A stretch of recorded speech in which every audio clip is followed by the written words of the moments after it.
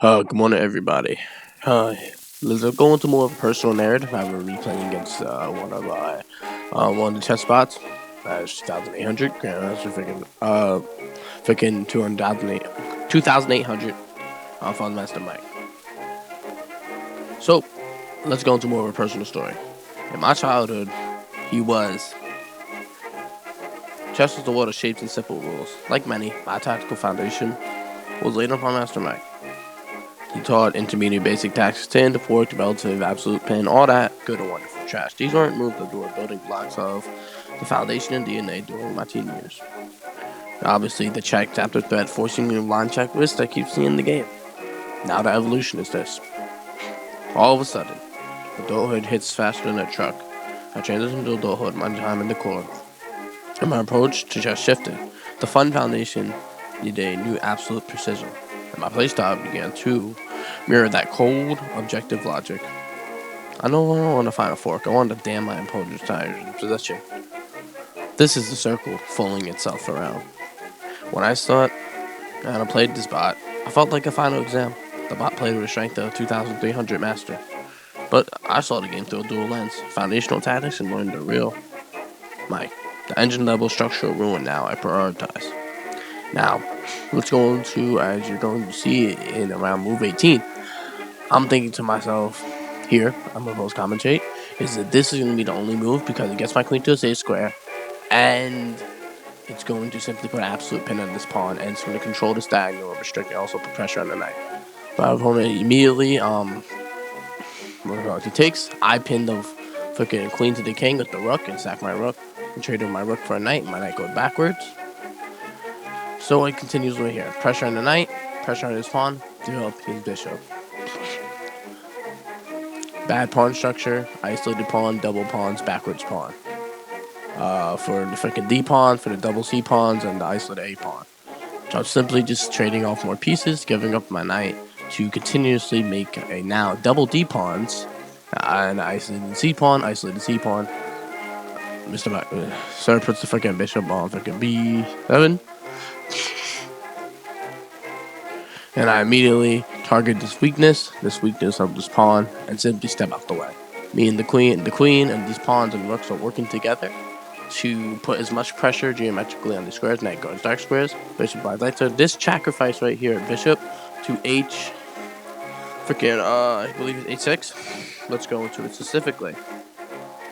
A younger than me would ask, look for a simple tactic to win a pawn. But me, the modern player, now saw something deeper. I saw the tactical vision.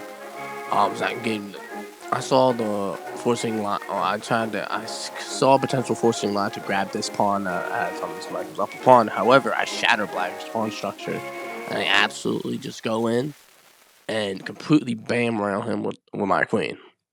Check. I immediately take the free pawn, threaten to put pressure on the rook, throw pressure on this pawn. Knight's always playing these, always guarding these two important dark squares that's defending, take another pawn. Rook has to get absolutely pinned. I move back, take the bishop, fork check. King steps out the way, and I continue to remove more squares. Actually, I cut off the king to safe square on the H file, light squares, and I use the queen to potentially try to get up there and checkmate, but not as of yet. I'm looking for a way to mate, and I'm thinking, I know I'm very close, but how am I going to do it? And I think just simply, let me just do a rook lift. Let me do a rook lift, in the H file. Let me find a rook lift, in the H file.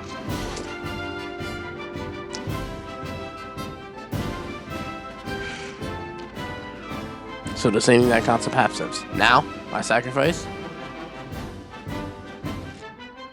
You see me counting the squares in my head of what I control. I'm gonna take my time trying to figure out the forcing line here. Look here. I decide to flip the guarding of the squares, discover check, force the king to move, and I sacrifice. I believe in this move.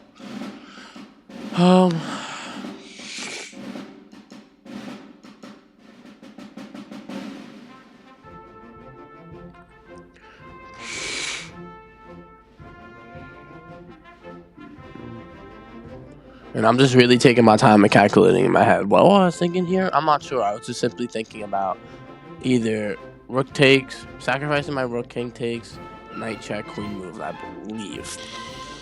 My head's in that. I have a headache right now, so I do not have as much memory.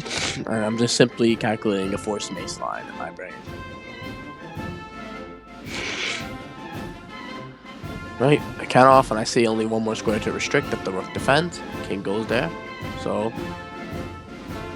I move my knight, and I believe it is checkmate. Goes light squares, cover dark squares, queen. Absolutely brutalizing fashion. You guys are going to see in the game review. I hope you guys enjoyed, learned something new. This is what we're also going to, as we use the game review, the art of the sacrifice. Even before Stockfish 18, I always knew that long-term pawn structure, if my minor piece is bad and not in a particular active role, I'm going to sacrifice it to force bad pawn structure.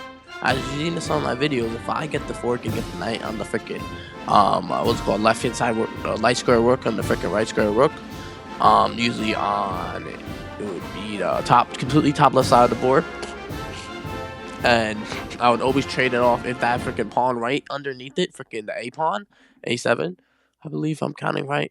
I would always trade off that knight. Why? Because I know the knight's chat, but I want to damage the long-term pawn structure. Meaning by this, that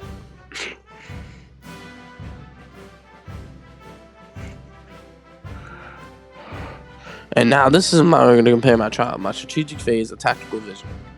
I always saw a direct, immediate attack with a back ring make, a simple fork to run a rook. Now me, I aim for structural sacrifices of piece for a position permanently compromises opponent's team safety and coordination. Material value. I thought pawn was a 1 point, bishop a 3 point. Material objective. Now I consider relative value of all set material. A shattered pawn structure is worth the game. Positional advantage, especially restricting the king, is true currency. And even extra to commitment. I played patient development, waiting my opponent to make a tactical error. Nope, I did the exact opposite. Bishop takes 8-6. A powerful counterintuitive move that voluntarily offers the bishop permanently creates double isolated pawns on the edge of the board on f7, h7.